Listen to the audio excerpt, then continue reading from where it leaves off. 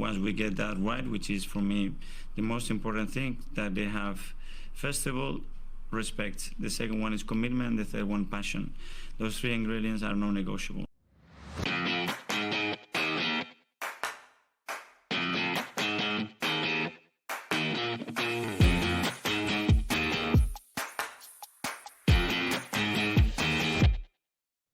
Hello and welcome into the Non-Negotiables podcast. I'm Gavin and I'm here tonight with Justin. Juz, waka waka. Hey.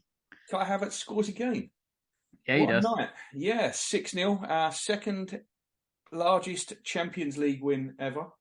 That's quite something, but a fun night overall, right? On a night where we went in knowing, because of PSV's kind of weird late heroics in Sevilla, we knew we had to win to secure top spot, and we did it. Yeah, great game, a lot of fun, like you said. I like the lineups, I like the score, I like the diversity in scores. I think, we didn't have a single repeat score, 6 different goal scorers. I think it's a brilliant result. I thought we played well. We kind of were a little dodgy, I think, start of second half, but it only took maybe 10-15 minutes to kind of reclaim superiority, and you couldn't ask for more in the game. That's us though, right? Like, that is us. This year we've obviously struggled to make breakthroughs and stuff, but when we do get that big lead in the first half, I mean, I was sitting there thinking, before the penalty, obviously, like at 70 minutes, I think, when it was still 5-0, I sat there and was thinking that the easiest money in the world when Arsenal are winning 3 or 4-0, 5-0 at half time is just to go and lump a load of money on second half draw. It does feel like that sometimes. Yeah. I mean, to score 5 in the first half and only 1 in the second being a penalty, it kind of says everything, right? It does. What did you make of the penalty, by the way? Because I've heard a few too much. I thought it was a nailed on penalty. I think the guy's gone back, he's thrown his arm out. Regardless of whether he smashes Martinelli in the face or not, which he does, but I don't think it's a foul. But I think it's definitely a handball if you throw your arm out like that. I think it's a handball. Yeah, I mean, obviously the thing with Martinelli, it ruffled some feathers, but I mean, it is what it is. It's part of the game at times. I think it's a handball though, and a penalty. And we did the funny thing still, even at 5-0 up, someone holding the ball by the penalty spot and then handing it off. The commentator was getting very excited that Martin Ødegaard was about to take a penalty, and I was just looking, I'm going, he's not taking that. He's standing there with a ball. I don't know who's taking it, but it ain't him. And then when Jorginho came up and grabbed the ball, I wasn't surprised.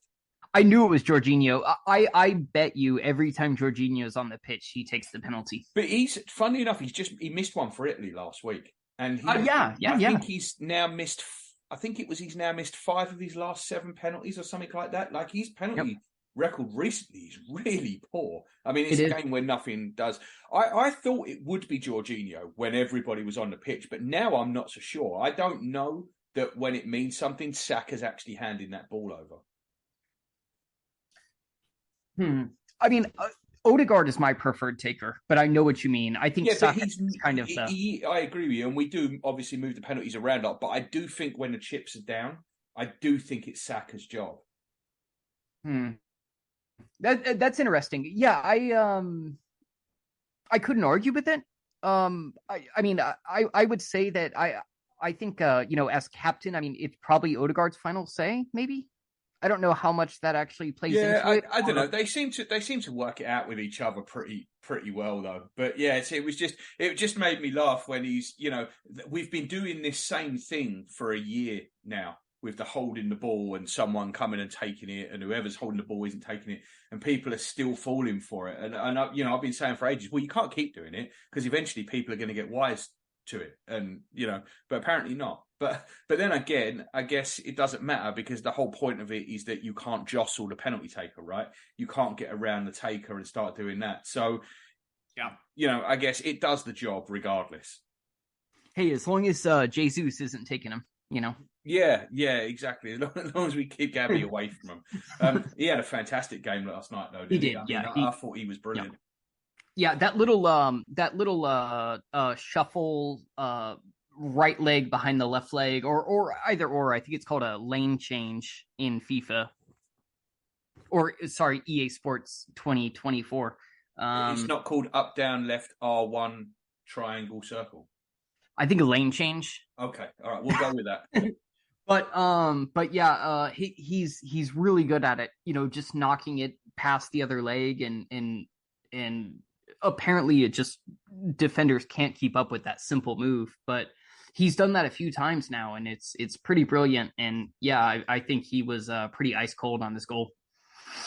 It was a fun night, and I mean, part of it was a fun night because of the way Lons came to play, right? Like you're not getting Wolves. Wolves are not trying that on Saturday, and I just it's a funny one because we keep saying our attack's not firing, but there's a couple of reasons for it, and a couple of them were actually on full display yesterday night. One is that this is the first time that front five have actually played together. So in the first 45 minutes, they've not been on the pitch for 1 minute before last night, those five. Really? Yeah, that is the first time they've been on the pitch together at any point. And within 45 minutes, all five of them had scored. So that was quite interesting. But the other thing is that I think these teams in Europe, they will give you more space than we get in the Premier League. Because 100%. The Premier League has 12 teams that just do not want to go forward, right? Like that is a huge part of this. Yeah, I couldn't agree more. I think I look way more forward to European ties, especially Champions League, obviously over Europa League. But even PSV in that they were our first game, right? I believe so. 4-0, yeah. People were like, oh yeah, I mean, and maybe they're right. They were idiots to attack and leave. But what else are they going to do? They're PSV. Exactly. They're the champions. Yeah. They're the champion. Did they win the league or did Feyenoord win the league? Feyenoord won the league. They were second, right? But whatever. They play 17 teams a season that they just batter. So what are you going to do? All of a sudden, for one game, change your style and play the way Wolves play? Of course you're not. Like these European sides, they're in Europe because they're one of the best teams in their league. So they're used to being on the front foot against teams. Yeah. Whereas in the Premier League, week in, week out, we play teams that don't play like that. Like if Lons had come and tried to defend like Wolves, it would still have been a massacre because they can't do it. Yeah. I mean, exactly. Yeah, I mean, I don't have much to add to that. I mean, you're 100% right, though. I mean, what they get 2 days to train specifically for our game after their Eredivisie fixture and the or not Eredivisie, sorry, Liga fixture in the weekend. League. Oh. But you know what I mean? It's just not going to happen. So it does make sense, and honestly, I applaud it. I mean, if football is entertainment first and foremost, I mean, I like to see it, and I mean, PSV had some chances against us. Did they? Maybe I'm misremembering, but I feel like PSV had a couple chances against us. They just couldn't convert, and we just went down the other end and slaughtered them. Well, we've been very, very clinical, and I think it all plays a part in with each other, right? The fact is the chances we're creating are better chances because we're getting more space. So, of course, we're going to be more clinical. The chances are better. Last night, most of those goals, the Martinelli goal was good when he cut in and fired into the far corner, and the Jesus goal, obviously, the skill to that was all beforehand, but Saka putting one in off his stomach from a yard and Havertz scoring after the Jesus kind of knockdown from a yard. These are chances that they're going to tuck away constantly. They're the chances you don't get because there's not that much space in the box usually. Yeah, exactly. Yeah, chances you don't get. That's 100% right. And but I mean, we did our job and we were clinical in putting them away. I mean, that's all you can ask for. And there were a lot of good performances last night. I think Jesus got the man of the match in most places. Tomiyasu was absolutely fantastic. I thought Big Gabby was excellent at the back again as well. Yep. Zinchenko was superb. But I think we need to have a little special save for Kai Havertz because he scored again last night, and I think it was important. But I'd actually texted you and Paz before that goal and said about he put the header just wide. And then he had the one where he crashed in at the back post and the ball had come across and Jesus had kind of half shot, half tried to control it and it just dribbled past the post. But Havertz was attacking that back post for anything cut back across. And I just think we haven't seen that from him. It's what in pre-season we thought we were going to see. And I think the more it kind of went on and he wasn't playing great and people were getting on his back, I think the more that happened, the less and less he was making those runs and attacking. And last night, that is the Kai Havertz that we need to see if he's going to make a positive contribution to this team. I think these goals in the last 2 games can only be a good thing. I think his confidence was kind of starting to take a hit. With no fault to the crowd or anything, it does feel like the crowd wants to stand behind him. He's got a song. They serenade him very happily when he does score. I find myself really, really rooting for Kai Havertz, Juz. And I think part of it is because I think a lot of the stick has been unjustified. I've said it so many times on here. He's been fine. He's not been anything spectacular. He's been absolutely fine. And I think the stick gets a bit too much. We also need him to be good because he plays in an important position in the team, an involving position in the team. And I think it's misunderstood of what he is. I think he came in and people were expecting... I think a lot of people thought he was some sort of silky skilled number 10 that creates play. And that's not what he is. And I think that just makes me root for him a little bit harder. I'm still warming to Kai. Honestly. He saves donkeys. I don't dislike the guy, and personally, I think the whole donkey thing is awesome. To be honest, so no problem there. I think it's just it still seems a bit of an unnecessary expense to me. And to be honest, I'd like to see him get a run at false 9 over the left 8. I don't think that's going to happen, Juz. And I don't either. Where I don't think it's going to happen. But this is where I'm at with him. We didn't know what we were getting, right? We just didn't know what we were getting. This player is not the player that we thought we were buying because we didn't watch him that closely at Chelsea, right? So we didn't really understand what we were getting. And I think for the first 3 months, I could tell you a lot of what Kai Havertz wasn't, right? I watched him and I could tell you that he's not a dribbler. He's not a passer. He's not a creative player. He's not a link player. I could tell you all the things he wasn't. The problem was we weren't seeing what he is. And I think over the last few games in particular, and a little bit in pre-season, but more over the last couple of games, I've begun to see what Kai Havertz actually is. And what I think he is, I think he's David Platt. I think he's all about end product. He's all about getting in the box and finishing. He's not going to contribute that much outside the box. He's not going to be a hugely high-touch player.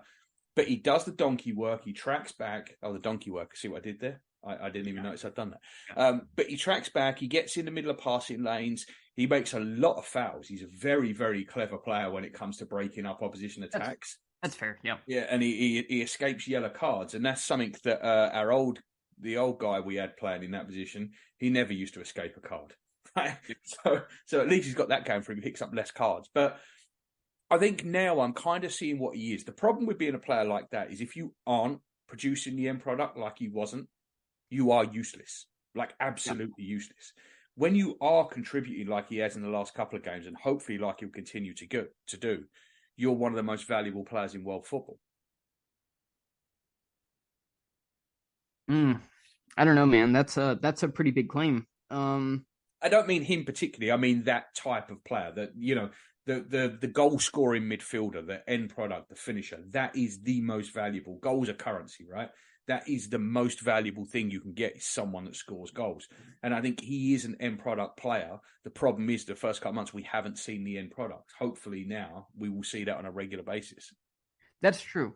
Yep. If we do start seeing Kai score on a regular basis, I think the perception around him will shift. I think especially if he gives us like a second avenue towards goals with his height, with the far post. 6'4", Yeah, I've heard that. Yep, yeah. I've heard that. I do though. I think he could be incredibly important. One of the most important players on the squad. But I mean, we're only 2 goals. Yeah. We're 2 goals and 2 goals in 2 goals and what? Only 105 minutes of play because, I mean, he didn't even start the last game. So it's, we're not proclaiming him to be a world beater yet. I'm just saying that from months of not really being able to see what he is, I think you are starting to see it a little bit now, because the 2 goals that he scored here are the goals that we were expecting in pre-season, right? This is what we were hoping for. It's that getting in late at the back post, making the late runs into the box, or even the early runs into the box at times, and finishing off. That is exactly what we wanted to see. And it's a position that we've needed to fill, right? It's the one position. We've said this a million times. It's the one position in the team. You can name this whole team and there's one gap, right? There's one gap waiting for someone to claim it. And hopefully this will be the start of it. Yeah, and I think especially with the striker like Gabriel Jesus, who, like, no offense to him, he's a decent header of the ball, but just having that bigger presence that is going to make that far post run and try to score and not just try to connect. I think it's massive for diversity in attack, really. Well, it's the plan B, right? It's the fabled plan B. Instead of buying an Ivan Toney, you use Havertz in that way. It's a different way with these packed defenses that we're finding it so difficult to get through and play the way through. All of a sudden, maybe you don't need to. Maybe Saka, instead of having to beat his man, can take a little shuffle backwards and whip across in towards the back post. Maybe Martinelli can go on the outside instead of the inside and stand one up. It just gives you a different option when you're facing these low blocks, and we know we need the different option. Man, who was it? Was it Tomiyasu, right? That sent that cross in far post. Was it Odegaard? Odegaard's goal? Look, Odegaard's goal came from the other side. Who? Man, I can't remember who it was. But that ball was brilliant. It did come from that side. Right? It did come from that side. Right? It was Tomiyasu. Yes. Yeah. Okay. Perfect. I didn't watch the highlights before we recorded today, so I'm a little fuzzy. But having a right fullback that can hit that kind of cross, and we know Ben White can do it too. But that was just a beautiful ball, and I know it wasn't Havertz that finished it, but knowing that you've got that guy like lurking on the far post, and you've got players that can put balls in like that. I do. I think it's a brilliant plan B. So this is an interesting thing, Juz. So for that goal, right, Tomiyasu went on the overlap, Saka come inside and then laid it off to him on the outside, right? Ben White makes that run, I would say, roughly 28 times a game and gets the ball exactly 0 times. Yeah. Is there a reason behind that? This is what I can't figure out. Is it just because the space was there yesterday because of the way they were defended and it was the right thing to do? Or is there an actual reason that Bukayo Saka seems so ready? He'll pass backwards to Ben White, right? He comes backwards and knocks it backwards or inside to Ben White. But he doesn't ever seem to want to use Ben White on the overlap. And he does seem okay to use Tomiyasu there. Have you noticed that? I have. Not like strongly, but yeah, I did notice it. I think it's a little of column A, a little of column B. I think Law was giving us a lot of space. And on top of that, I do think that even though I think Ben White is a smidge more technically gifted than Tomiyasu. Oh, that's even tough to say. Ben White just kind of seems to fling it in there, where Tomiyasu does seem to be more targeted, if that makes sense. Yeah, I don't know. I guess I don't know that we've really seen enough of Ben White's delivery to judge, because, like I said, I just don't think he gets the ball in them situations. It was just something that occurred to me last night when he played that ball. I'm just thinking, I don't know he plays that pass if that's Ben White going down the outside, because I just see it again and again, and he looks at Ben White on the overlap and immediately turns back and dribbles in field. And he was using Tomiyasu last night. I don't know, maybe it was just an instruction that in this game, when everything narrows up, to use the outside, and it just happened that it was Tomiyasu playing and not Ben White. Maybe that's it. I feel like most of the time when Ben White gets across, it's like a through ball to the end line. Do you know what I mean? Like the touch line, and Ben White just has to kind of knock it in. I feel like that's the kind of cross that Saka gives him most of the time. Yeah.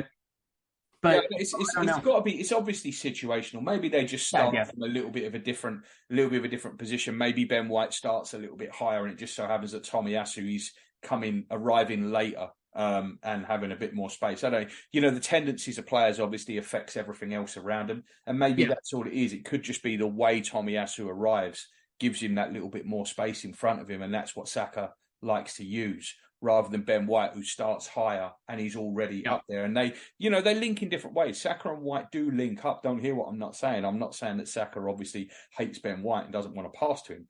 He just doesn't seem to they don't use the overlap in the same way that Tomiyasu and Saka do. No, definitely not.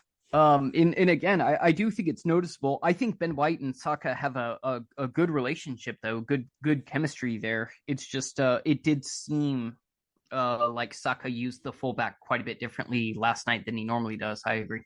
Yeah. The subs. So we had the double change at halftime, with the two fullbacks coming off and being changed. Eddie came on for Jesus, which was rather predictable. Saka coming off for Reece. I think we knew that was coming as well. We didn't get to see then Jorginho come on for, was it Odegaard? I think Jorginho came on for, but we didn't get to see Wanyeri or Lewis Skelly, and I think everyone was hoping for that. It was a little bit disappointing, wasn't it, not to see them get on? Oh yeah, definitely. Like from a fan's perspective, I was disappointed not to see either one of them. I get why, because the players coming on, Ben White's coming back from an injury, Kiwior hasn't been playing enough, Jorginho hasn't played the last couple of games. And Nketiah and Nelson, we need to get some. I mean, Nketiah has played a lot of football actually, but I understand why he brought the players on that he did. I just think it was a little bit disappointing not to see a couple of the younger players. Yeah, I think especially too, with regards to like the Rice Jorginho like number 6. I think it'd be a lot to it'd be Lewis Kelly's full debut, right? Yeah. He's not. Yeah, that's what I thought. I know Nwaneri's made an appearance, but yeah, for like 2 minutes. Yeah, but that'd be asking a lot. I think of a crucial position in Arteta's setup. But that's why I think games like last night really are the only chance you're going to get. Like I've seen a lot of people say, "Well, we're going to play a youth team at PSV." No, we're not. No, we're not. There's no chance. I'm telling you right now, Saka's going to play. One of Saliba or Gabriel will play. I agree. Declan Rice is going to play. Like, it is not going to be a reserve team at PSG. You can forget that right now. You'll see a few changes sprinkled in there. You might see, you will see Kiwior maybe for Gabriel. You may see Tomiyasu and Ben White at fullbacks, instead of Zinchenko. You'll see a couple of changes, but you're not going to see the same. You're not going to see a reserve team out there. No, yeah, I couldn't agree more. That just does not. I mean, maybe under Arteta under Arsene, but not under Arteta. No chance. No, but it is maybe the chance for Wanyeri and Skelly, if they even travel, and Koji Dubry as well, to maybe get 15 minutes towards the end of the game, depending on how it's going. Because I think, Saka will be there. There's no doubt about it. As will Martinelli. One of them's going to start, if not both of them. Maybe that's the game where you bring Skelly and Wanyeri on. I'd love to see it. As a fan, I always love to see the Hill End kids get in. I think what might be more realistic is maybe a Rule Walters. I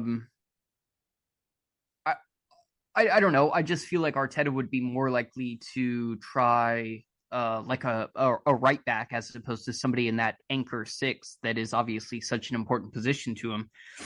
But I'd be happy to see any one of the kids get minutes at this point, and I think it's important that we blood them when we have the opportunity.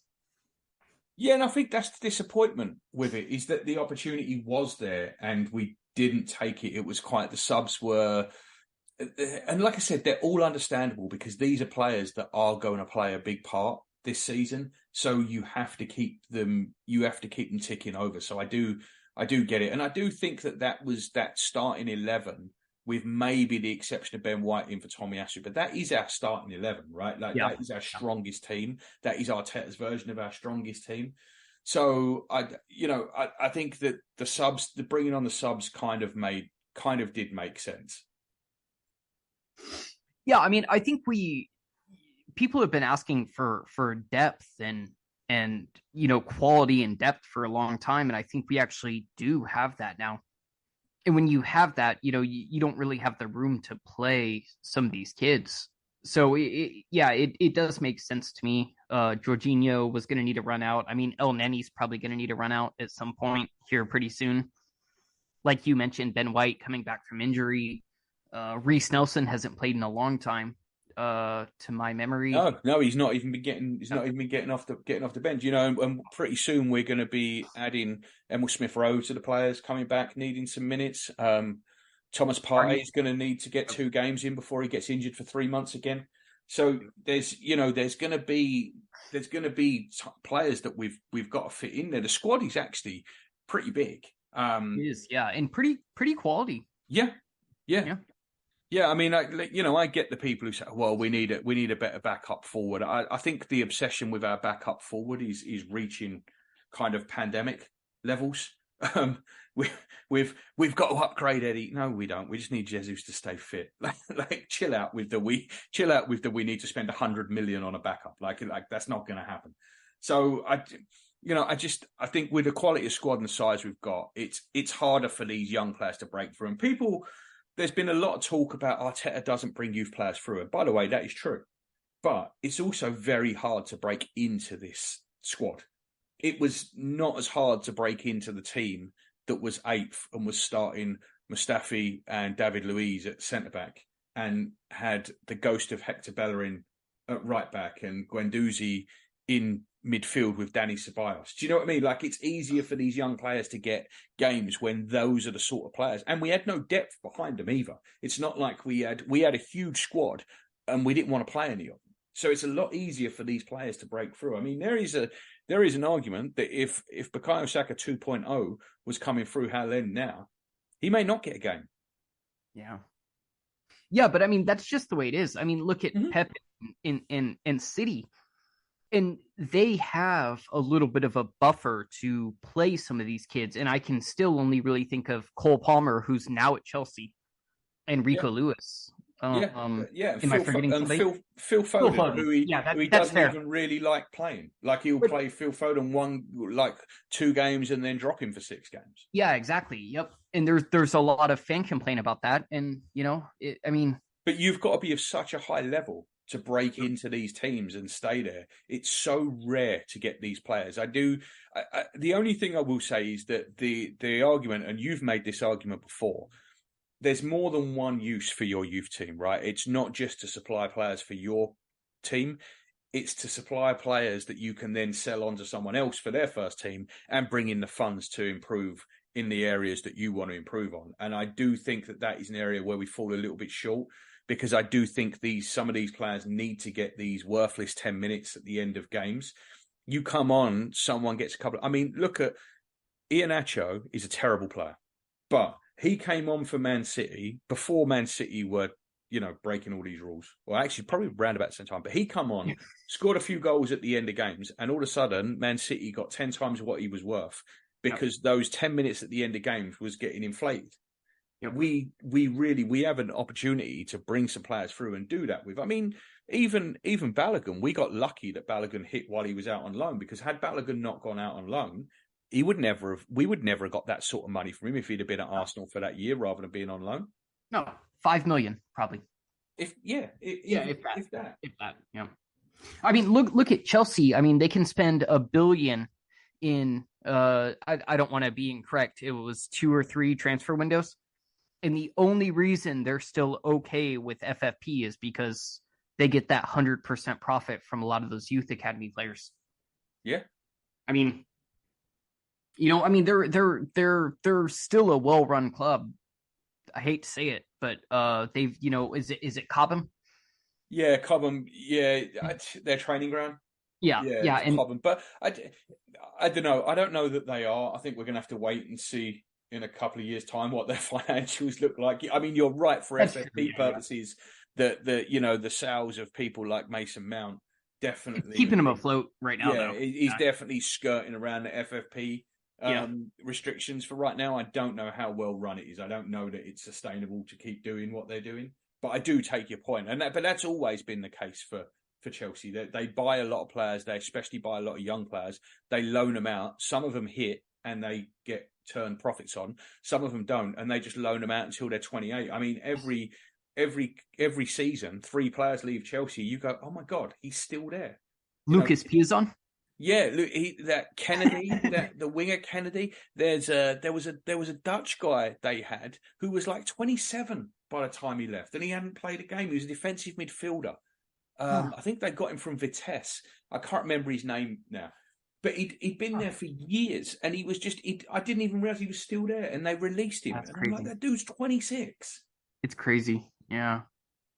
I hope he was paid well, at least. Yeah. Well, I'm sure he wasn't on the breadline, but yeah, it's a crazy scenario. But yeah, no, that was the only thing. Was just the only negative of the night, if there was a negative, was just that we didn't get to see the younger players. But I wasn't expecting it, so I wasn't really surprised. I know what I would have liked to have seen happen, but I never thought it was actually going to happen. Yeah, I feel that exact same way. I never expected it, but it would have been a cherry on top, if you will. For sure. But it was a great night. We did exactly what we needed to do. Incredibly professional performance, especially in that second half when the game was basically over. We played within ourselves, I think, for most of the night. We didn't exert too much, knowing we got a Premier League game on Saturday and then again on Tuesday. So overall, I mean, a 10 out of 10 night, right? Yeah, I would say so. And now we're also we're locked for top of the group. Yep. So, I mean, you couldn't ask for more. We've got a dead rubber now to rest some players in the 6th game, which, we kind of already discussed, but hopefully some people get a rest.